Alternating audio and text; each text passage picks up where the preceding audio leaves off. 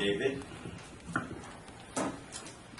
I don't usually like to read an address like this, but today I wanted to stay on topic, on time, and on track, so I'm going to mostly read my presentation to make sure that I do it time efficiently.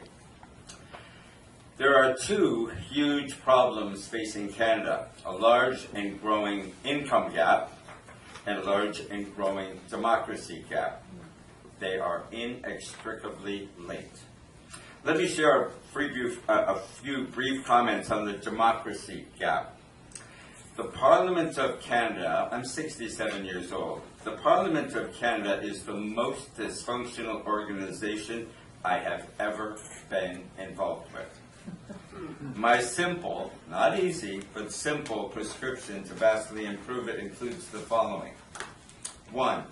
Almost any form of proportional representation would be better than our antiquated, first-past-the-post electoral system that we inherited from England, where 39% of the national vote can win a party a false majority with over half the seats and 100% of the governing power. Number 2, in 1970, Pierre Trudeau changed our Elections Act to require national party leaders to sign their candidates' nomination papers. Since then, most MPs have become mere customer sales reps for their parties.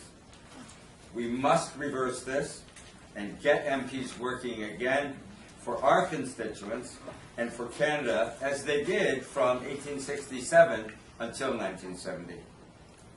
Number 3, like Iceland and some other democracies, we should randomize the seating of the MPs in the House of Commons to reduce the mindless tribalism that occurs there now and foster more cooperation and compromise.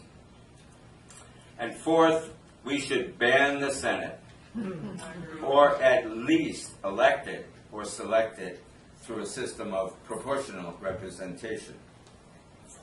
And let me clarify what I mean by proportional representation. My elevator definition is if the Purple Party gets 20% of the national vote, there are a variety of mechanisms whereby the Purple Party gets 20% of the seats.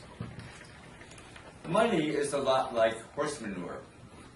It can help lots of things to grow, but when it sits around in piles, it causes problems. Over-fertilizing can be even worse than under-fertilizing. We need to keep spreading it around. The discovery of agriculture was a mixed blessing about 12,000 years ago. When we were hunter-gatherers, we had a limited food base that supported far fewer people, but we shared rather generously and equally. We all benefited or starved together, and we had a very low population. When we developed agriculture, it had a number of effects. We got surpluses of food and surpluses of wealth. This allowed populations to grow. Food quantity was less of a limiting factor, and so other issues arose, such as food quality. Little known fact, and it is a fact, that hunter-gatherers had and have a highly diverse diet and were healthier than the average urban dweller today. We could now afford to subsidize wonderfully creative people like artists and architects and poets and musicians. We also got organized religions and priests and armies and slaves and greedy, manipulative leaders. And we got the biz types. Some of the more ambitious of those soon figured out how to garner most of those surpluses for themselves, accumulating most of the money, the power, and the status. They even managed to convince most of us at the bottom end of the economic ladder that they were acting for the good of everybody. Recently, that has been continuing, as I'm sure you have seen, in North America from the Thatcher-Reagan days of the 1970s through today's growing neo-feudalism and soaring income gaps. I and most of you want to live in a society that is clean, green, safe, reasonably equal in opportunity, and fairly prosperous. I believe that the function of governments is to foster fairness and equality in social aspects like nutrition, education, and justice. I want to serve in a government that does the following things: encourages the creative and industrious and generous, protects the weak and controls the greedy and the dangerous. We must set limits to poverty and limits to greed. We need to create and maintain a floor that no citizen can fall below. Everyone deserves to be warm, housed, fed, educated, and safe from bullies of all types. The percentage of Canadians below the poverty line has been stuck in the 11 to 14% range for 3 decades, and 15% in the USA. The OECD reports that Canada is 15th out of 17 developed countries for poverty rates for children and for working-age citizens, the working poor. In Ontario, people often remain poor because they have to choose between welfare or a minimum wage job.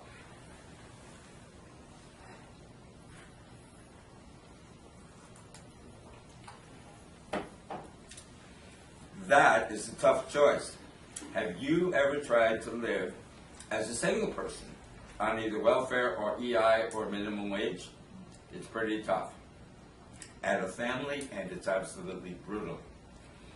Glenn Hodgson is the Vice President and Chief Economist of the Conference Board of Canada, and he's a strong supporter for developing a guaranteed annual income, or guaranteed income program of some sort, instead of what he calls, and to quote him, a paternalistic interventionist welfare system that claws back money from those who want to work or to enroll in school. We must and we can find a better way to ensure families and especially children get the necessities of a healthy life. We all, and our economy, would benefit as well. It's well documented, as David said, that injecting cash at the bottom of the economic ladder has larger multiplier effects. People at the bottom must spend most or all of their money to stimulate the economy. Rich people and corporations often sit on their assets when the economy slows down, slowing it faster and further. We also need to create a ceiling that does allow wealth, but within reasonable limits. Recently, there was in Switzerland a proposal to give every citizen in Switzerland an annual income of $28,000 per year and to limit the gaps in income within any Swiss corporation to a maximum of 12-fold. Perhaps they had read an essay I wrote back in 1970, when I was quite young.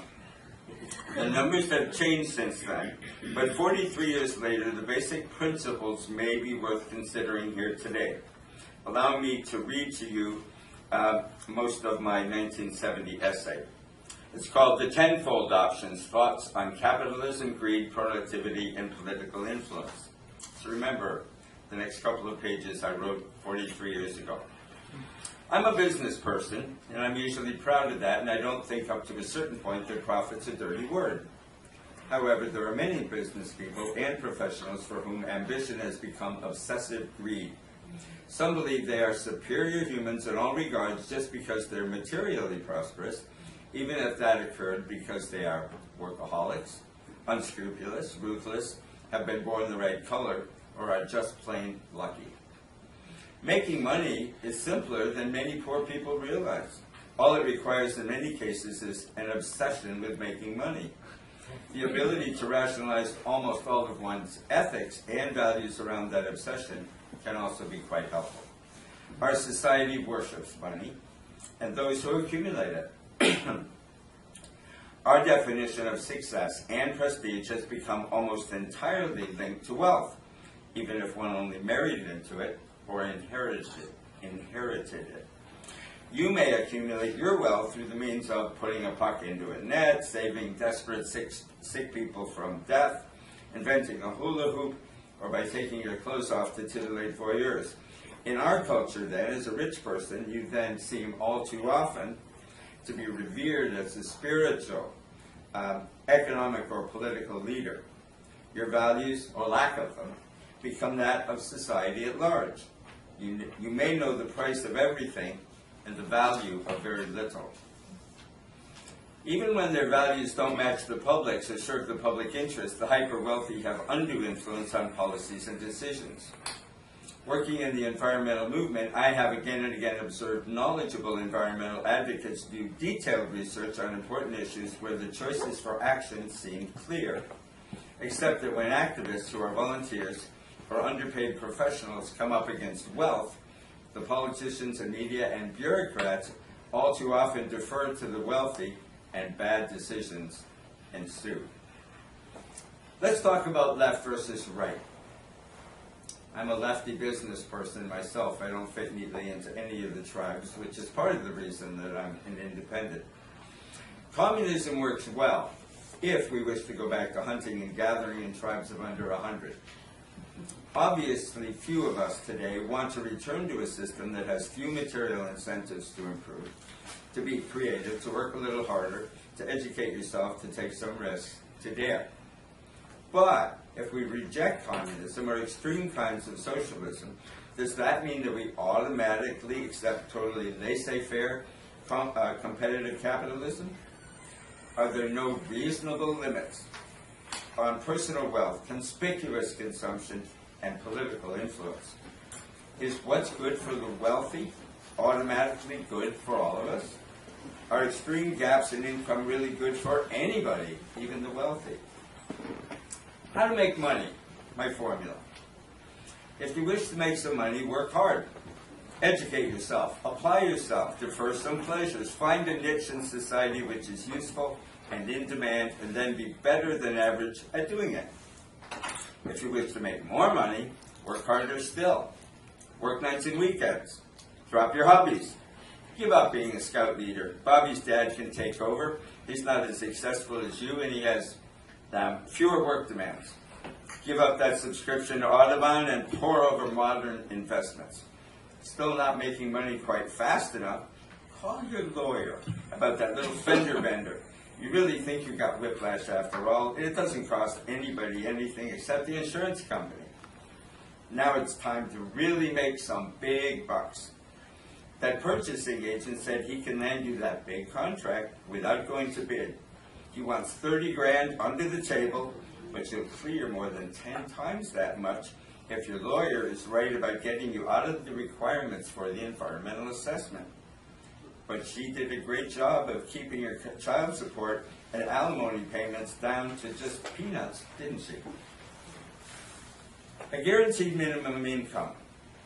In today's North American society, I'm still on this 1970 essay, by the way. In today's North American society, few of the most hardened conservatives would, publicly anyway, deny basic food, shelter, and clothing to anybody. Those with even a slightly developed social conscience would probably feel that an occasional movie or a pizza or a bus ride is a reasonable thing. One way or another, we will supply those to almost everyone, whether they're unfortunate or criminal. I suggest that in most places in the U.S., which is where I was born,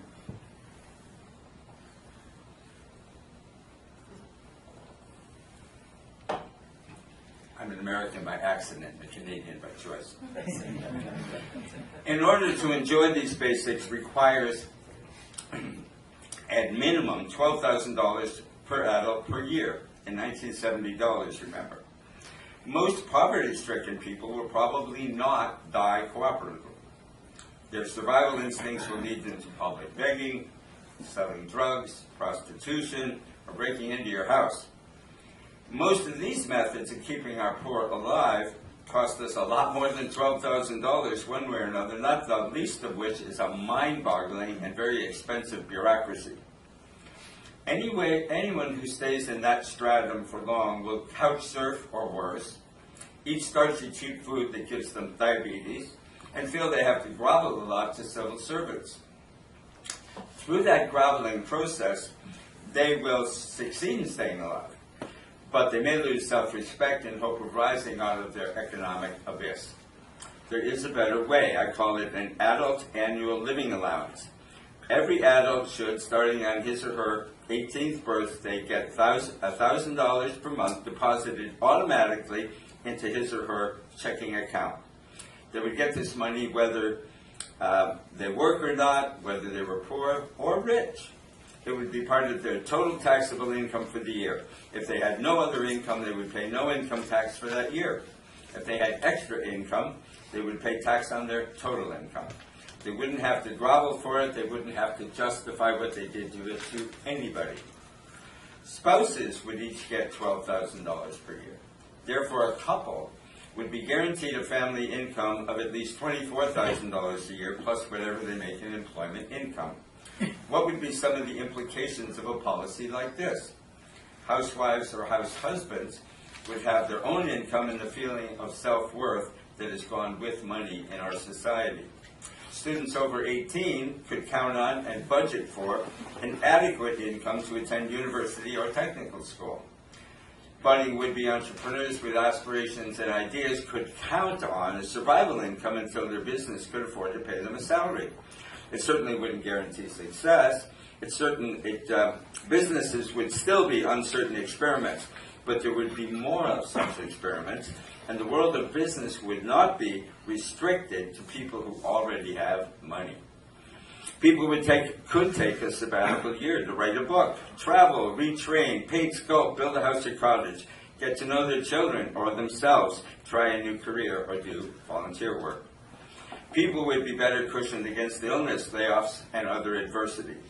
People living in remote areas, like up near where I live, could have a certain supply of money and would be less likely to be forced into urban areas. Urban poor could move to more rural locations with better quality of life and lower cost of living. Spouses would dare to switch roles. People working at minimum wage could, with careful money management, have a reasonable quality of life. They would no longer be forced into the current tough choice between welfare or minimum wages. They might even buy a house. And not least of all, we could greatly reduce the number and power of welfare bureaucrats. There's one potential problem with this simple solution. Inflation and/or big incomes by rich people could eat up all the security that this adult annual living allowance could foster. Rising incomes and greed at the top just lead to rising expectations, anxiety, and greed at other levels. That leads to the second part of my economic proposal, a guaranteed maximum income. Just as $12,000 per adult is just above poverty, a person making over $100,000 per year after taxes is wealthy after taxes, is wealthy by virtually any reasonable measure of wealth. So let's limit the spread of wealth in terms of not of possessions, but of annual after-tax income to about tenfold. All personal income over $120,000, again $1970, would be taxed 100%. There could be some provision to average income windfalls over several years, 3 years forward, 5 years back, whatever works. And one wage earner could earn the upper personal income limit for the other spouse as well. Thus, a couple could make $240,000 after taxes, and obviously the rich would not be eliminated, just the super rich, the 0.1%. What would the implications be of this move? No executive heads of corporations, big or small, would make more than $240,000 a year after taxes. Corporate profits would have to go to things like the following list. Numerous small stockholders. There would be no point in anyone holding more stock that would result in the maximum annual income. Spinning off new job-creating businesses, a huge economic multiplier. Increasing the salaries of workers and middle management. Reinvestment in new sustainable technologies. And spinning off new job-creating businesses, a huge economic multiplier. Charitable donations, daycare for kids of employees, job retraining. And there would be no overall inflation ever again. At least not for consumer goods, as there would be an absolute per capita limit of spendable dollars of the population times $120,000, with extra dollars available only to charities, government, or corporations. who couldn't rechannel it to a few wealthy stockholders or overpaid CEOs.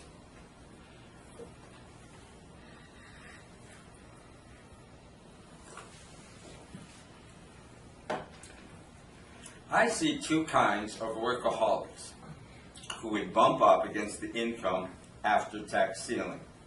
Creative workaholics and money-hungry workaholics. The creative workaholics would continue to be just that. Excess money is just a lucky extra or fun measuring tool to them. They'll continue to be economic initiators, technological innovators, or community leaders without any additional and excessive incomes. When they hit the maximum, they'll hardly notice. The money-hungry workaholic might have an epiphany and shift her or his priorities to not only society's benefit, but to the workaholics as well. He or she may, just as the person on the minimum, choose to write a book, play with their kids, do volunteer work, start a new career, build a log cabin, or learn to play the trumpet. And in general, learn that all wealth is not just about having money. She or he may come to learn that not everything has to have dollar value to be valuable. So that's the end of my essay that I wrote in 1970. I read that 43-year-old essay today to introduce the twin concepts of an income floor and an income ceiling. Obviously, 1970 dollars are worth a lot more today. Perhaps a more realistic and reasonably high upper limit on income today might be $1 million per family after taxes. Pretty high. And set the adult annual living allowance at about the low income cutoff level, the poverty level. I look forward to hearing your ideas on these numbers. A few years after I wrote that essay, the governments of Canada and Manitoba actually conducted joint experiments with guaranteed annual income, minimum income. This is often raised by conservative Senator Hugh Segal, who supports the concept of a universal minimum income. They were called the Mincome experiments and were carried out from 1974 to 1979 in Manitoba. They wanted to test economist Milton Friedman's, that right-winger, Milton Friedman, his proposal that everyone should get a minimum income and find out how it would impact work and productivity. Would people just sit around and collect their checks and stop working? Well, in 1974, every person in Dauphin, Manitoba started getting a check, about $316 a month, with no restrictions on them of any kind. The results were surprising to the skeptics. The impact on productivity was negligible, with only new mothers and teenagers working substantially less. Instead, teens were at school and had better grades and lower school dropout rates, and adult continuing education increased significantly as well. And mothers stayed home with their newborns longer. But most important, the needed work of society still got done. It just got done differently. People shifted into jobs they actually wanted to do rather than felt compelled to do. They upgraded their skills and they lived happier, healthier lives. Hospital visits and medical costs dropped by 8.5% in Dauphin, Manitoba. Let's think about that. In 2011, more recently alone, $74 billion was spent on hospitals in Canada. 8.5% of that is over $6 billion a year. That's a lot of savings. But it didn't stop there. In Dauphin, mental health problems also declined substantially. So did pregnancies to young women, as more women decided to finish their education before starting families. Unfortunately, we didn't get all the potential data from that experiment because it was shut down early. The Clark conservative federal government that replaced the Liberal NDP coalition that initiated it wasn't interested in continuing the experiment, and the new conservative government in Manitoba that replaced the Hyer NDP government wasn't interested in continuing it either, or paying for a proper analysis of the data. Building on what David said earlier, much more recently I read with great interest the book The Spirit Level. I recommend it to you highly. I have a standing offer. Anybody who buys The Spirit Level and doesn't feel that it was worth buying after they read it, I'll buy it back from you for whatever you paid for it. It's not about religion or metaphysics. It is real science about the effects to people by wide gaps in income. A better title for the book would have been why trickle-down economic theory is baloney. A spirit level is the Brit name for a carpenter's level and a metaphor for a more level playing field. The authors, Richard Wilkinson and Kate Pickett, are British medical epidemiologists. Using medical data from over 30 years, they rank the world's 33 richest countries with populations over 3 million for statistical validity, from best to worst, according to objective standards, measures of personal citizen health and welfare. The healthiest citizens in the developed world live in the which countries? Scandinavian countries. Those countries have proportional electoral systems, high taxes, the lowest gaps in income after taxes, and they usually have cooperative minority governments. The unhealthiest and unhappiest citizens in the developed world live in the USA. You got it. With its huge and growing gaps in income, its first past the post electoral system, its Tweedledum and Tweedledummer hyperpolarized two-party political system. The spirit level is real science that shows that trickle-down economics is a myth, a dangerous myth. Let me finish by telling you about another way to redistribute income in a fair and useful way. My staff and I, by the way, I want to introduce my staff person. Andy, please raise your hand so at the reception everybody can accost Andy. I refer to Andy as my brains on the hill. My staff and I are currently working on legislation for a form of carbon pricing we call fee and dividend. It's simple, but far from easy politically. It would place a high and increasing fee on all fossil fuels at the source, based on their atmospheric CO2 potential. The reason that we call it a fee and not a tax is because it is not only an incentive to reduce carbon use at all levels in our society, but it's also a powerful income redistribution mechanism. Some or all of the fees raised would be returned directly to every Canadian on a per capita basis. Live in a small house and ride a bicycle, you will make money on the fee and dividend. Drive a Hummer and party hardy on oil, you will pay. So to wrap up, I ask you, while we all hopefully can and will have a productive and healthy debate about the absolute and relative of dollar amounts, is it finally time to set a lower limit on poverty? Should the upper limit continue to be infinity? Should Canada continue down our slippery slope toward a US-style economy and governance system and polarized culture? Or should we learn from the Northern European countries with narrower gaps in income, more democracy, and happier, healthier, more productive citizens? What do our panelists think? What do you think? And thank you very much, David, for giving me this opportunity today.